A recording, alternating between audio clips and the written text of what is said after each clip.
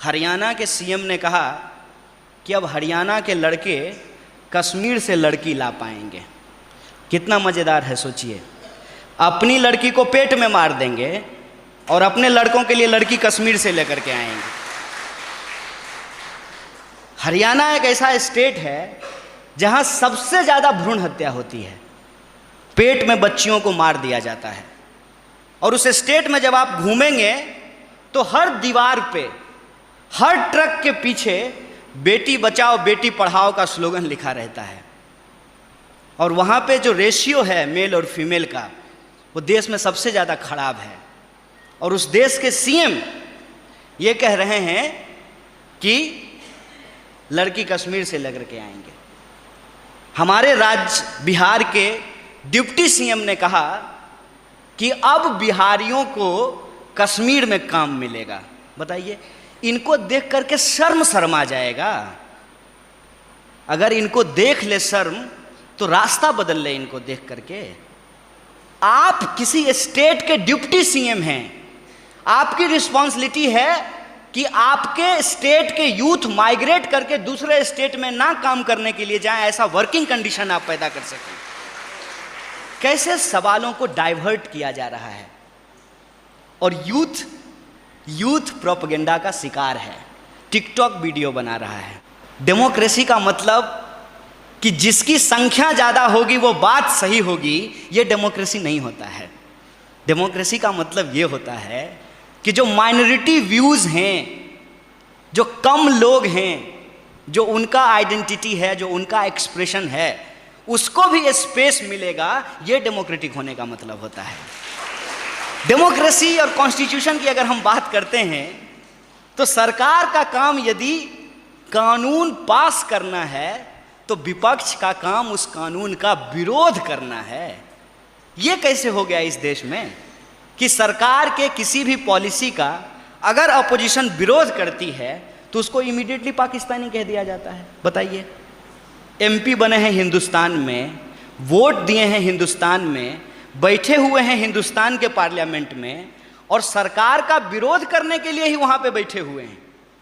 चुने हुए विपक्ष हैं, देश के लोगों ने वोट दे करके विपक्ष के रूप में चुना है, और तब यदि सरकार की आलोचना करें तो पाकिस्तानी कह दिया जाता है। इस तरीके का पिक्चर, इस तरीके का मीम बनाया जाता है कि सरकार के समर्थक कहते हैं कि पाकिस्तान भी दुखी है 370 हटने से और भारत का विपक्ष भी दुखी है। आप कैसा लोकतांत्रिक प्रोसेस तैयार कर रहे हैं? कभी आप भी तो विपक्ष में बैठेंगे और कभी आप भी विपक्ष में थे। मान लीजिए कि लोकतांत्रिक प्रक्रिया में, डेमोक्रेटिक प्रोसेस में यही परिपाटी बन जाए, तब तो डेमोक्रेसी तो बचेगी ही नहीं, तब तो ऑथोरिटेरियन स्टेट बन जाएगा। कुछ दिनों के बाद जो है यहाँ पे डेमोक्रेसी नहीं, डिक्टेटोरियल जो है एस्टेब्लिशमेंट आ जाएगा। जो लोग देशभक्ति के नाम पे सरकार की अंधभक्ति कर रहे हैं, दरअसल वो चाहे अनचाहे देश विरोधी काम कर रहे हैं। इस बात को उनको समझना चाहिए। ये मत सोचिए कि हिंदू मुसलमान भाजपा आज कर रही है, जब से पैदा हुई है तब से ही कर रही है।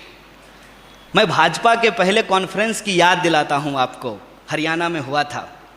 बड़ी बहस हुई, अटल बिहारी वाजपेयी नेता थे, कि मुसलमानों को बीजेपी का मेंबरशिप दिया जाए कि नहीं दिया जाए। फाइनल अमेंडमेंट हुआ कि मुसलमानों को भी बीजेपी का मेंबरशिप दिया जाए। याद कीजिए, जब जनसंघ था तो जनसंघ में ये पहला शर्त था कि जो गैर हिंदू हैं वो जनसंघ के मेंबर नहीं हो सकते हैं। हिंदू मुसलमान ये अपने जन्म काल से करते रहे हैं। दंगा करवाना इनका बुनियादी पेशा है, और ऐसे चीज़ों का इस्तेमाल करना जो सिंबॉलिकली इम्पोर्टेंस हो, जो सिंबॉलिकली इम्पोर्टेंट हो, उसके आधार पर ये हमेशा इमोशनल पॉलिटिक्स करते रहे हैं। मसलन मैं बिहार से आता हूँ और कोई ये कहे कि अमुक व्यक्ति गाय खाता है तो सुन करके अच्छा नहीं लगता है, क्योंकि हम गाय पालते हैं, गाय को घास खिलाते हैं, गाय का दूध पीते हैं।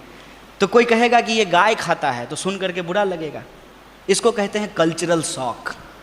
इस तरीके का जो कल्चरल शॉक होता है, ये कल्चरल शॉक दे करके लोगों को इमोशनली ऑर्गेनाइज करते हैं। लेकिन एक बात मुझे बताइए कि यह जो इमोशनली ऑर्गेनाइजेशन है, अल्टीमेटली ये कितने देर तक टिका रहेगा? हरिशंकर परसाई ने बड़ी मज़ेदार बात कही है। परसाई जी लिखते हैं कि जब धर्मशास्त्र पर अर्थशास्त्र चढ़कर बैठ जाता है, तब गौ रक्षा करने वाले जूते की दुकान खोल लेते हैं। यह परसाई जी की लिखी हुई बात है।